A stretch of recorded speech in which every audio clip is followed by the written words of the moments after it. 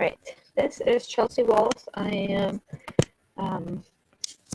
going to do this by myself. I tried to get together with a few of my teammates, but they are having some technical difficulties. So I'm going to just go through the questions myself and just kind of discuss my take on it. So I hope that's okay. If you guys are listening to this, I'm sorry you couldn't come on this, but hopefully we can get together next week. So this week we're talking about the Andreessen and Horowitz case. And I'm not going to lie, when I first opened this early in the week, I got scared of it because I did not understand anything of this kind of nature. I've never had any kind of dealings with venture capital. I don't know anything about the industry. So when I read it, I got a little scared and I kind of put it off a little bit. But once I opened it and started reading it, it really wasn't too bad. I actually learned a lot from this case.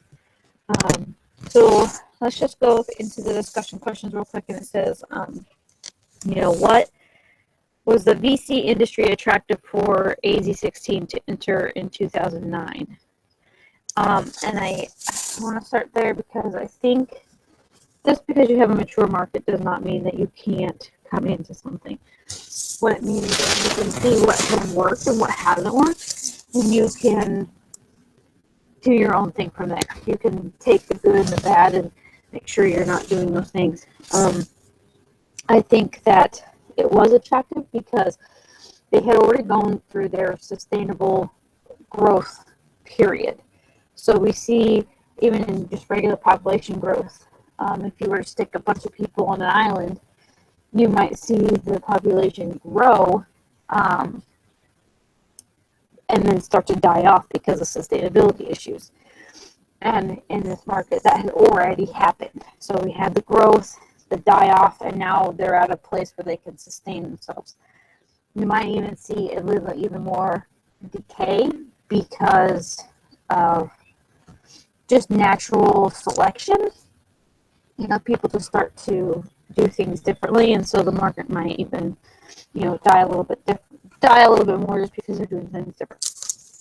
So I think that it is an attractive industry, also because there's no way of knowing, of saying there's not enough room to give people money.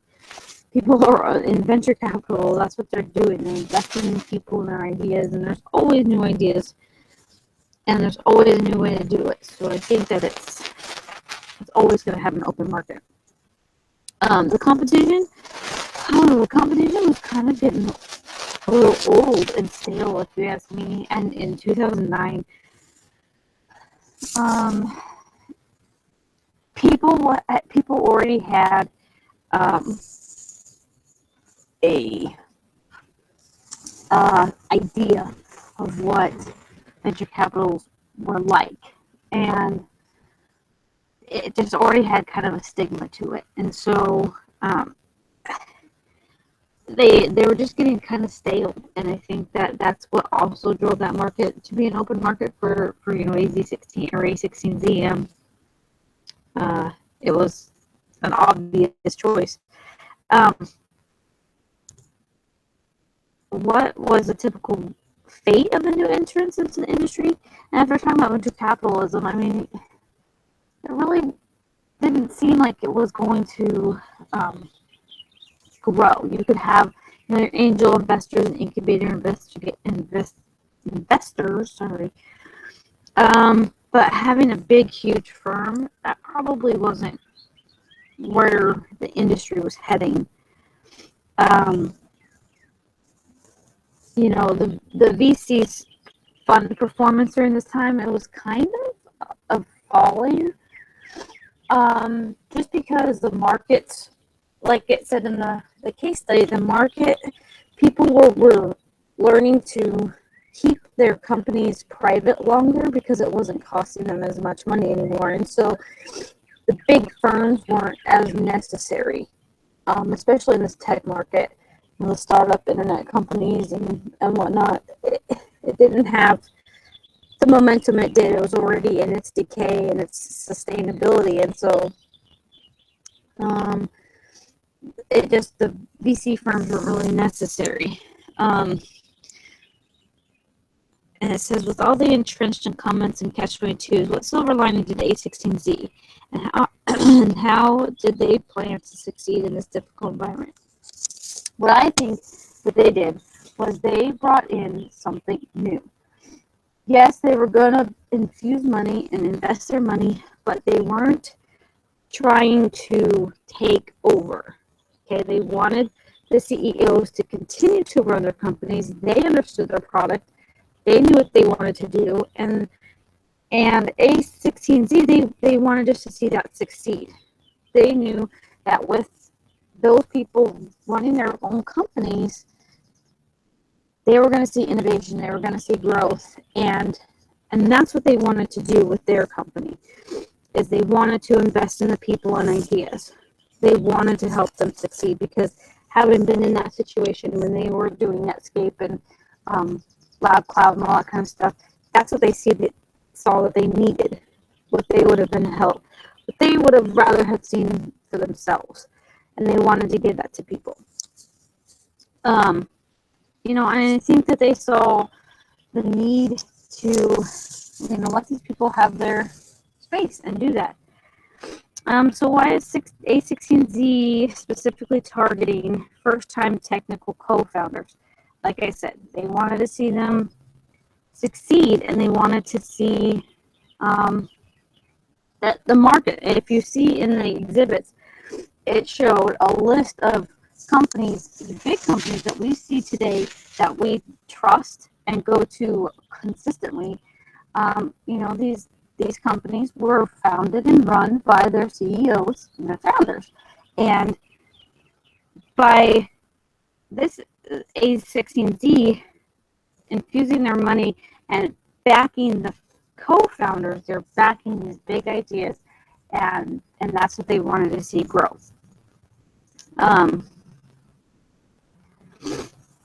So what choice do technical founders have for financing that it didn't have a decade before? Ooh. They actually get to stay with their companies. Before, the VC firms would say, okay, you've built this so far, now we're going to let the real people handle it, because you don't know how to do marketing and the technical side of this and that. But they're finding now that these founders have those backgrounds, and they're able to do it, and they're able to do it in a good way, and they don't want to mess with something that's already fine. It goes on to ask, the VC firms compete in their ability to source, pick, and win. How does A16 influence these abilities compared to other VC firms? Think of source as the ability to get founders to come in the door seeking money. How does the way that A16Z treat its founders differ from a way a traditional VC firm treats them? Will this increase, decrease, or have no effect on the number of potential deals compared to the competition? Okay. I think that the way that A16Z is doing their business model is awesome. I think they have mentors. They're putting people in place that know how to do their market. So they're taking a marketing person and putting them on an account and teaching these other people how to market. And they're not, marketing is the same thing in the industry. It's finding your people, finding your niche, and they're doing this for them or helping them do this. I think that's what innovation-driven fields need. They just need mentors. Sometimes you don't know everything, and if you have somebody who can teach you how to do it, you have a huge rate of success.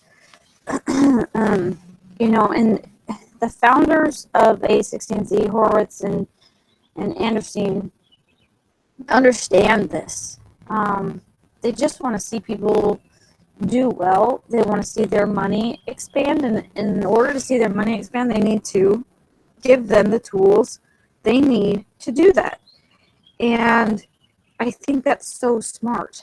I think if I want to see my kids succeed, I have to teach them how to do things. I have to give them the tools, I have to teach them, and then I have to step back, watch them, and let them do it. I don't necessarily think that I have to do it for them all the time. And once they understand it, then I can move on to the next thing.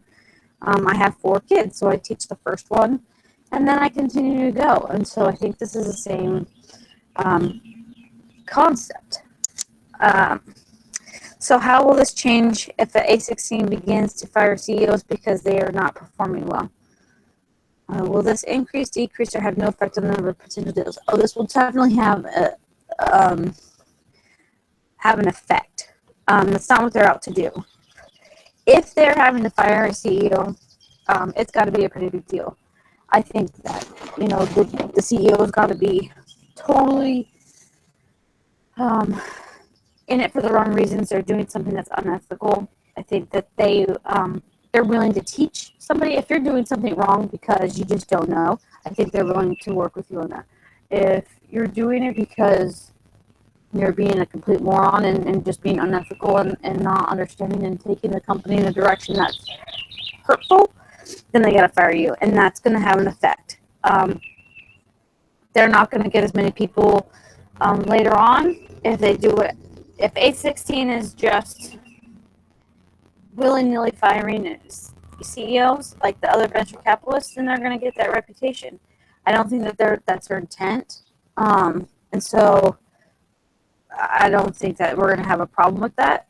But when they do fire a CEO, it's going to be because they're doing something wrong, and it's a big deal. How does operating team help A16 source, pick, and win? Okay, I think that this is awesome. I like the fact that they are not doing, level tiers of promotions and whatnot. They're not pitting each other against each other. They want to see each team succeed. And so they have incentive programs in place to help the success and not the detriment of each other. I think that that's going to be what's going to set them apart from the other businesses too. When you have teams that are working together, the operating teams are there to help succeed. They're not there to do it for them, but to help teach and lead. And I go back to the example of my kids. If I do their chores for them every single time, they're not going to learn. And that's what these teams are for. They're there to help them learn and to do it for themselves. They could do it for them, but that's not going to help anybody. It's just going to take time and resources away from other companies and or themselves that they could be doing cheaper than trying to have to pay this, VC company.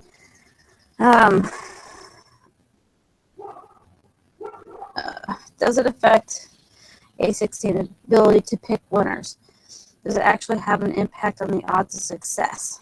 And I think it does. I think that when you have an operating team that wants to see a new startup business succeed, they're going to do what they know and can do to help them succeed, because it's going to make them look good. I think when everybody wins, everybody wants to do well. And when there's not that competition, it's not as hard. Put yourself in the shoes of Andreessen and Horowitz. You must decide whether or not to seek to double your assets under management. Vote as a group. Decision must be unanimous. Consider the following. They decide how many portfolio companies can one general partner reasonably support. Are there economics of scale in this business? Okay, this is what I think that they should do. I think that they need to, I almost want to say they need to clone themselves and go into another sector. I see what they've done for the tech industry. Okay, we know that the tech industry is generally in Silicon Valley. They've taken startup companies, they've kind of weeded out the weak, and gone to the strong. They're doing things like Facebook and Groupon and Twitter and Pinterest, things that I've even used myself, and they've made them good to great.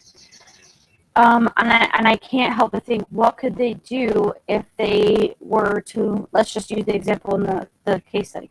What if they went to clean fusion? What if they went to the biotech industry? What if they infuse their money in innovations that could help our environment and change the world potentially? It would increase the job market in that sector. People would be seeing that there's money to be made there. There's there's people backing it. There's a reason to do it. It would change the course of our education, our generations.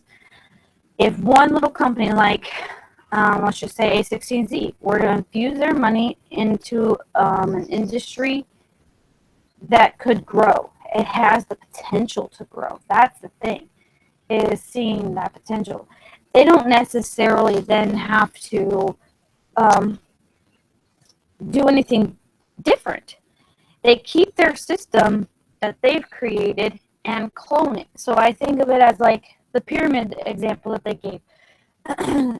They have the VC capitals, they have this pyramid where everybody reports to the one hit honcho, and VC is kind of the opposite, but their model works. So instead of making it bigger, they clone it for that industry. So you have your GPs and all of these professionals in your technical and business and other aspects. So then you find somebody, a counterpart, and put them in this industry's section.